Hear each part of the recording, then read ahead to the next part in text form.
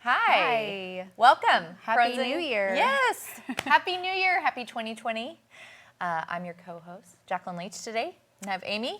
Amy Harrell. Dr. Harrell. Thank you. I like the ring of that. Yes. Well, Yeah. Happy New Year, everyone. Well, Happy New Year. How was your holiday? It was great.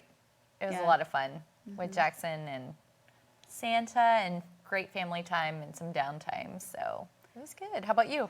It was good. Lots of time at home, lots of downtime. Yeah. Definitely got recharged and was ready to come back. Good. You know, Yes. after so many days away, you're like, I think I'm ready to start, working and having a routine again. Yeah, I need the routine. Yes. And the schedule and staying Yeah. with the keeping me going. And I'm sure Jackson needs that too. He does. He does. He does a lot better with that. So we're still adjusting this week to waking up with Yeah. the alarm and getting up and going. We've been late a few days to school, but it's okay. We're Yeah. getting into it. So Yeah. Well, it's going to be a fun year. It Do you have is. any intentions or resolutions for this year? I do. I have in the past several years started off my January with a Whole30 reset, and so, I love a new year. I think it's a great opportunity for us to reevaluate and refresh and think about where we've been and what we want to try to accomplish. And so I have some health goals, like I said, a Whole30 reset. I want to get back into running and complete a 10K, which is very doable. Set some very realistic goals there. Yeah. Read a book, things I should be doing. A book. A book. One from beginning to end. I'm notorious for starting them. Yeah. And then I have a collection of them on my nightstand that are not completed. So the reason a book is really, I need to finish the rest that are there and realistic then goal. start one from the beginning to the end. Yes. Yeah.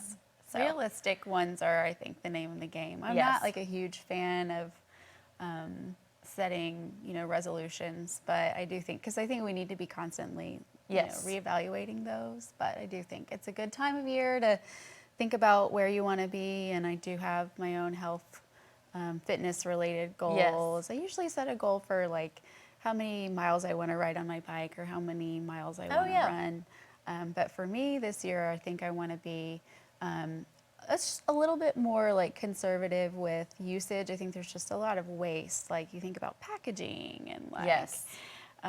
all the packages that we recycle, and we always go out and buy new things, like a new kitchen appliance instead of a used one. So I'm gonna try to look at used things first. and Awesome. maybe get it from somebody that I know instead of buying it somewhere in Right. the store. So we'll see how Reduce that your goes. carbon footprint. Yes. That's great. Yeah. Very cool. Well, we also have some goals and exciting things with the chapter and foundation. We had some really great accomplishments last year, and I know have big goals this year. So we are ready. We're off and running already. We are. So. We dove right in. Yes, we did. January 2nd. We were ready to go. Yeah, and so thank you guys again for tuning in and for all your support last year. Thank you to our dedicated volunteers, our generous sponsors and supporters, and we're grateful for this community and excited to just take the success and momentum we've built up over the last year and keep that going, keep the ball rolling. So. Yeah, it's going to be a good year. Yeah, Today's it's show's fun. We have Jacob Phil join us for our patient connection. Yes, we love Jacob. I'm so excited for everyone to hear from him. Yes, just down from Norman, and thankful that he still had some time off at school to be on today's show, so we're looking forward to having him. And then later we're going to be talking about upcoming events and ways to get involved with our chapter. It's a new year and a great time to look at what you want to do this year. Maybe there's a volunteer intention or resolution for you. So stay tuned for that. And yeah, we'll get started. All right. Up next, our patient connection with Jacob Field.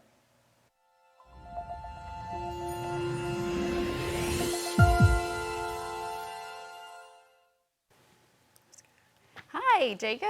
Hi, how are you?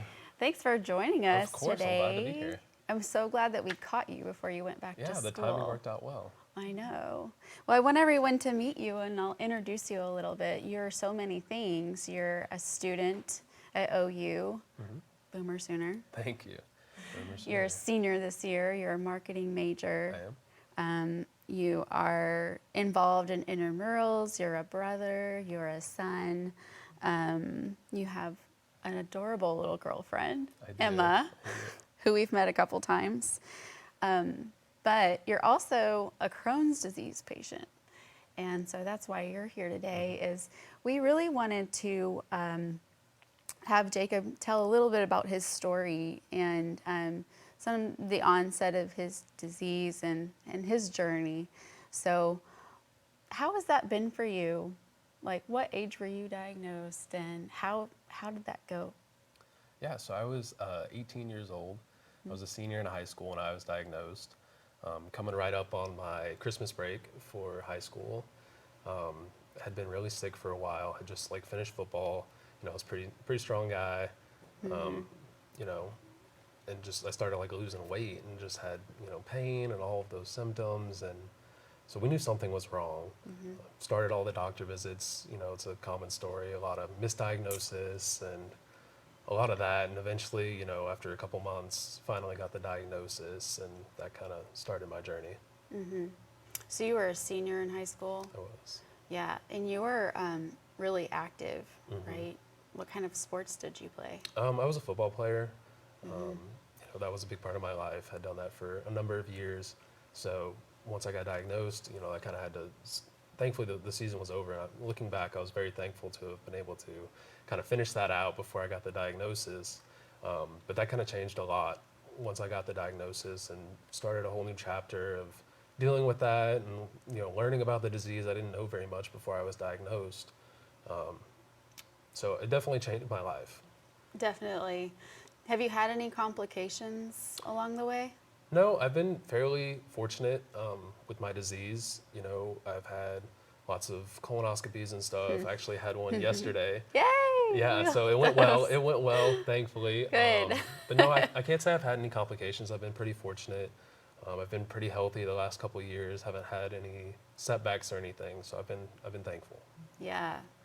Tell us a little bit about the transition, you know, to college. You know, a lot of times onset can happen in college, or it can happen a little bit earlier in high school, or even for some of our younger pediatric patients. But you were going through a transitional period where you're trying to figure out where you were going to go to college. And did anybody say, you know, you shouldn't go far? Like, how did that feel? Yeah, I actually did have that when I was kind of going through that diagnosis period and doing all the doctor visits. I had, you know, a couple different doctors say, "Hey, this is going to completely change your life, and it's going to be terrible." And they're like, you know, if you can go to college, you shouldn't go far. You shouldn't go away from home. You shouldn't go away from your doctors.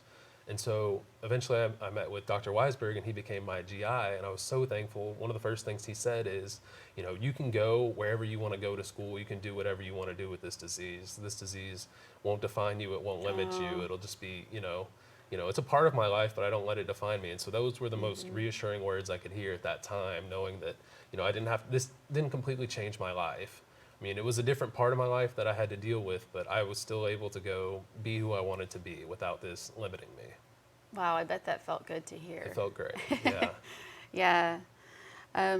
So I'm sure it was a little difficult just having newfound independence, being away from home for the first time at OU, you know, learning that there's not anybody there who's saying, Jacob, you need to be home at, you know, 11 p.m. You need to do your studying. You can't binge on pizza. How did that go? And do you have any like tips for anyone who's like going off to college? Yeah, so I would say at the time that was hard. I got the diagnosis and then in a short couple months I was off on my own. But looking back, I'm incredibly thankful about the timing because had I been at college dealing with all of this by myself when I first got diagnosed, I can't imagine how hard that would have been. So it was great to be home and be able to lean on my family and friends and, kind of had that support network when I first got diagnosed. But it was definitely a learning curve when I first got to school, kind of figuring out, all the normal college stuff that kids have to figure out how to do by themselves, along with, managing this disease. So I would say like my number one tip is something simple, but I get fatigued pretty easy. So I would say like a daily nap has been like my number one go-to. Yeah. Are you giving me permission to Matt? Yeah, it was awesome. So I mean, every day I try to, if it's a short nap, a long nap, whatever, I try to make time to kind of just recharge, and that seems to help me. That is such good advice. Yeah. A daily nap, for sure. So what do you feel like I hate this question. I hated this question when I was a senior in college, but what's next for you? Are you going to apply for jobs, or you're going to graduate in just a couple months? And I don't mean to make you feel nervous, but what's your plan? I think grad school is the current plan. I'm going to finish out this semester. Might take a semester to work or do another internship, but I think grad school is pretty quickly going to be the next step in my life. Yeah. Cool. Well, we'll be watching for the great things that you do. And I wanted to also tell the audience that you have another connection to our chapter. Your mom, the wonderful Jill Field, she is such a powerhouse. She's been on the show before, and if you've been to any of our events around town, you've probably seen her. She's now the board president of our Dallas County Board. Probably one of the reasons why you ended up being our intern last summer. So we got to spend some time with Jacob during his summer months in 2018. I guess that would be 2 summers ago. But through her passion, which is so deep and wide, that you've also been exposed, and you've been her reason for doing so many of the wonderful things she's done for our chapter. Thank you, Jill. She participated in her first half marathon, and there is a photo of she and Jacob in Napa, California, after I think she had completed it. So you got to go on that trip. What was that like? I did. That was a great trip. It was a lot of fun. It was great to be able to see her doing that. She has a lot of passion, like you said, for this disease. She kind of wholeheartedly threw herself into this after I got diagnosed, and was doing all sorts of research and just wanted to get involved in any way possible. But it was really cool to just do kind of like a mini vacation with her over there that weekend to go, and we went to San Francisco, saw the sights, and then to be able to do the race, and it was pretty emotional when she crossed the finish line. And I know that was a lot. It was a big undertaking for her to do that for me. So I really appreciate the sacrifices she's made. Yes, yeah. So there's also some other events that you've been to. You've been to our annual dinner. You come to the Take Steps walk. So hopefully we'll see you at some of those in 2020. Although I know you're going to be busy until May, right? So I guess we'll just wrap things up. And one of the fun things, we like to ask a fun question of our patients, at the end of their interview. And so today we wanted to ask you, there's so many things that, especially pediatric patients, you're not a pediatric patient, but especially pediatric patients kind of struggle with when people who don't know much about IBD find out, and things that you shouldn't say to patients. So what is one thing that bugs you, people say? What's one thing that you shouldn't say to a Crohn's patient? Yeah, so I experienced that kind of when I first got diagnosed. Going from a big football player, I lost a lot of weight very quickly as part of this disease. And so, that was normal. Some guys lost weight after we quit working out, 2 or 3 times a day. But then I quickly got on the prednisone, those steroids, and my face blew up and I looked, huge. So people would, ask, oh, like, you really let yourself go, or obviously you've quit working out or whatever. So, those kind of weight questions on either one of those extremes of lost a lot of weight, gained a lot of weight, those are tough because it's hard to explain to people, or you might not want to explain kind of the reasoning behind that. Yeah, exactly. And I think we had a photo that we were showing of Jacob when he was first diagnosed. But yes, you're right. It's all ends of the spectrum, and it's so important to have that sensitivity when you're talking to patients. Even if you don't know much about IBD, it's really important to be respectful and, you know, yeah. Just be aware. Yeah. Well, thank you so much, Jacob, Thanks for your for having time. Be safe getting back up to I will, Norman, I will. especially with the roads and the weather that's coming and all the other college students that are going back up there. We're so grateful that you got to come talk to us today. Thanks for having me on. Thanks. Up next, we have Connect with Us.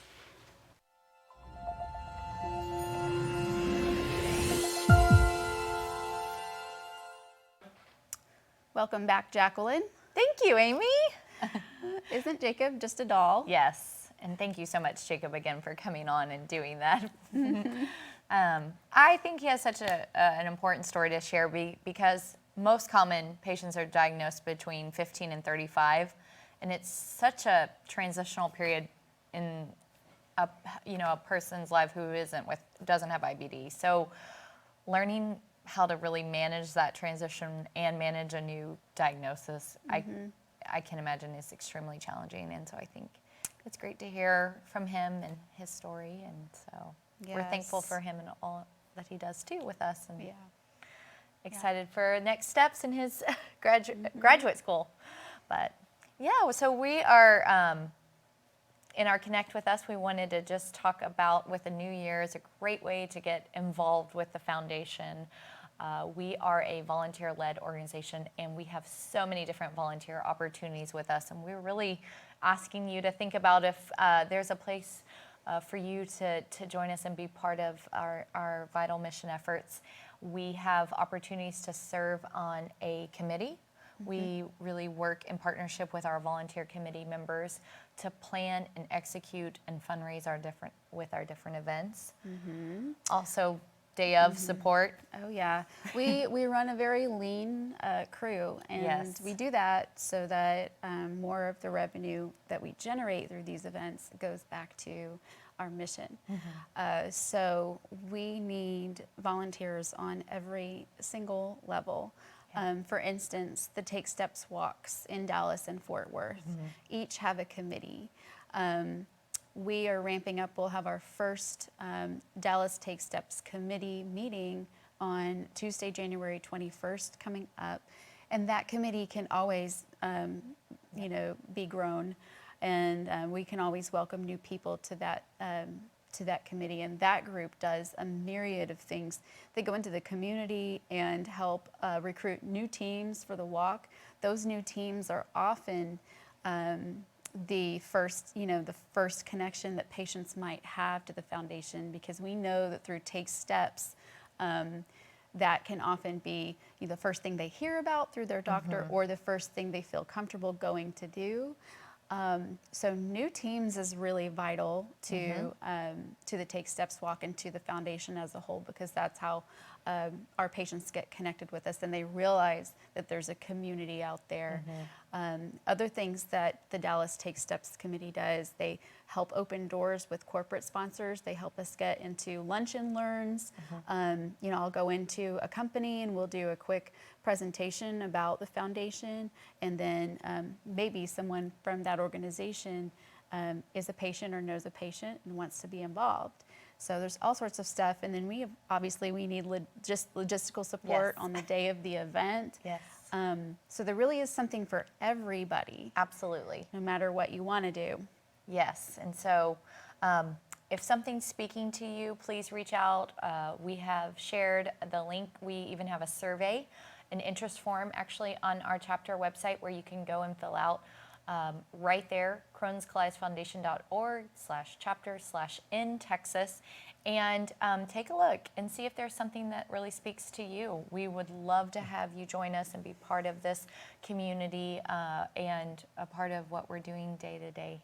As Amy mentioned, we're lean, and we really depend on our volunteers to help in really every aspect. So from our dinner committee, we have a craft event, golf tournament, the Take Steps Walk, outreach, external communications, and always looking for new folks to get involved. So if that's something that you're interested in, please reach out. You can also comment on today's post. We'll be sure to connect with you because we'd love to have you join us and be part of what we're doing this year. Or if you know someone who would be interested, Yes. tag them in the post. Then we'll reach out. Yes, that would be wonderful. Yeah. We also have next week, we're really excited. Our applications are going to go live for our Camp Oasis. We have 12 camps in Texas, or 12 camps in the United States, including one in Texas. And this year's camp dates are May 31st through June 4th at Green Family Camp. It's there in Bruceville. It's a little exit right off 35 on your way down to Austin. And so applications open next week on the 15th, and those are applications for everything from our campers to our leaders in training to our counselors and medical staff. And so it takes a village, truly, Really a does. wonderful village to make camp happen, to keep our campers safe and supported that week. And so if this is something you're more interested in, please check out our website, Crohn'sColitisFoundation.org/get involved. And the Camp cool Oasis. thing is that the applications are open a little earlier this year. Yeah. Because it feels like a crunch every year, just getting all those applications in, especially all the things that you have to do when you have your child going, and there's this checklist of items. So applications are open earlier because we heard what you were saying. And we have a goal, hopefully, to welcome over 100. We did just about 100 campers last year. So we're really hoping we can grow that at our Bruceville camp this year too. Yeah, we'd love to have you. Yeah. And our first official event of the year is Craft, coming up on May 2nd. And it's our Roaring 20s theme. I mean, makes sense to me. 2020, why not? We also are at a new venue this year, and I know we shared a little bit about it with you guys. We're going to be at the Austrium. It's a really fun venue there in Fort Worth, and it has a speakeasy theme as well throughout the venue, so we're excited to be there. And also new this year, we have the Emerald City All-Stars, and this group is phenomenal, so we are really excited to have them be part of this year's event.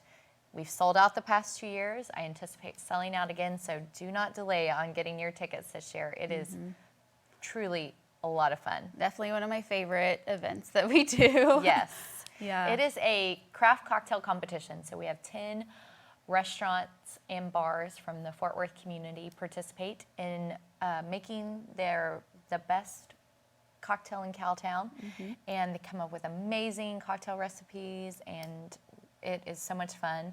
We'll have catering provided by Magdalena's, and it's gonna be great. So join us May 2nd, and tickets are already available. So like I said, do not delay. You'll want to go ahead and get those now so you don't miss out this year. Yeah. And Amy, what's happening June 7th? Also, we have registration open for our Take Steps Dallas Walk. Yes. We have moved it to the Dr. Pepper Ballpark in Frisco. So we're really excited as this event grows from year to year. We saw a lot of growth from 2018 to 2019, and now we're anticipating quite a bit more growth in 2020. So it'll be on a Sunday afternoon at Dr. Pepper Ballpark at 2 p.m. And you can register at cctakesteps.org/Dallas2020. You can register an individual, or you can register a team. Recommend a team if there's 2 or more people. It is free to register. And like I mentioned earlier in the show, it is really one of the first things that patients do to come and be a part of our community. And I was just speaking to a patient yesterday on the phone saying last year was her first time at a walk, and she had no idea that we were here.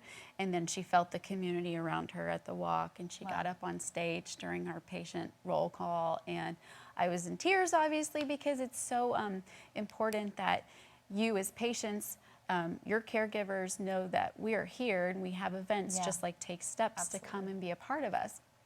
So we're excited about the Dr. Pepper Ballpark. I think it'll be a fun opportunity to bring the whole family out. We have two amazing patient honored heroes this year, Marielle Landrum and then Ian Kraft, who was on our show last month. If you Yes. watched, we surprised and asked him to be the honored hero. But they'll be back before the walk this year, and you'll get to hear a little bit more about their story. Overall, we're just so excited about the walk. We have an amazing committee. We have a lofty goal, but I think we're going to reach it. I I'm do excited. too. I do too. Last year was really a top-notch walk, and I think this year it's going to just be even better. And in addition to the opportunities to join us as a team, we also have sponsorship opportunities. So if the company you're part of wants to be involved, it's a great way for organizations to be visible in the community and show that you're caring and giving back. And it also is a fun way for employees to have some team building and come together. So yeah, we hope you can join us for that as well. It's going to be a great year. We're really excited for 2020. And again, thank you guys for being a part of everything that we do, and hope you'll stick around with us this year. Yep. We have more work to do until we get those cures. So Yes, so much to do. It's going to fly by. it is. Wow. It is. Well, thank you guys again for tuning in. Thank you, Jacob, for coming on today's show. Happy New Year, and we'll see you next month.